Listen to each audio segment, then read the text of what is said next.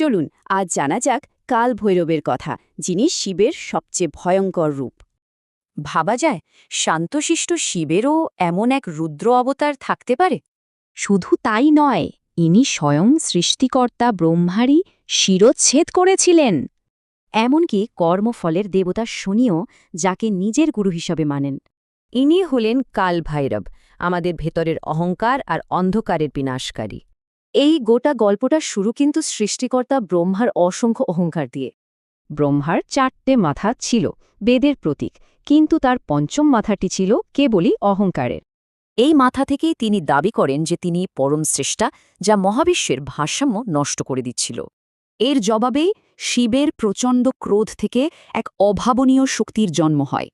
আর এই শক্তি অর্থাৎ কাল ভৈরব নিজের নখের ডগা দিয়ে ব্রহ্মার সেই অহংকারী মাথাটা কেটে ফেলেন। কিন্তু এই কাজের ফলে তার উপর ব্রহ্মহত্যার মতো গুরুতর পাপ লাগে। এই পাপ থেকে মুক্তির জন্য তাকে এক দীর্ঘ আর কঠিন প্রায়শ্চিত্তের যাত্রা করতে হয়েছিল। অবশেষে যখন তিনি পবিত্র নগরী কাশীতে প্রবেশ করেন, তখন এক অলৌকিক ঘটনা ঘটে। সঙ্গে সঙ্গে ব্রহ্মহত্যার পাপ মিলিয়ে যায় আর ব্রহ্মার কপালটি তার হাত থেকে খসে পড়ে। এরপর শিব কাল ভৈরবকে কাশীর ক্ষেত্রপাল অর্থাৎ রক্ষক হিসেবে নিযুক্ত করেন। শুধু রক্ষকই নন, তিনি সেখানকার দণ্ডাধিকারীও হন, যিনি পাপের বিচার করেন। কাশীর বাইরেও তার ওপর আরও একটা বড় দায়িত্ব দেওয়া হয়। তাকে সমস্ত 51টা শক্তিপীঠের দিব্য রক্ষক বানানো হয়।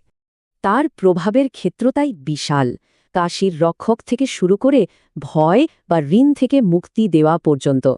কিন্তু একটা প্রশ্ন প্রায়ই ওঠে, কেন তাকে মাংস বা মদিরার মতো নৈবেদ্য দেওয়া হয়?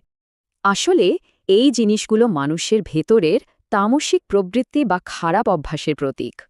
ভক্তরা এগুলো নিবেদন করে আসলে নিজেদের ভেতরের অন্ধকার দিকগুলো ত্যাগ করার সংকল্প করেন।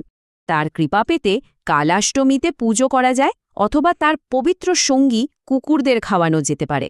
যিনি কাল বা সময়কে নিয়ন্ত্রণ করেন, তিনি ভক্তদের খারাপ সময় পার করতেও সাহায্য করেন। কাল ভৈরবের কাহিনী এটাই শেখায় যে অহংকারকে জয় করতে পারলে হয়তো সময়কেও নিয়ন্ত্রণ করা সম্ভব।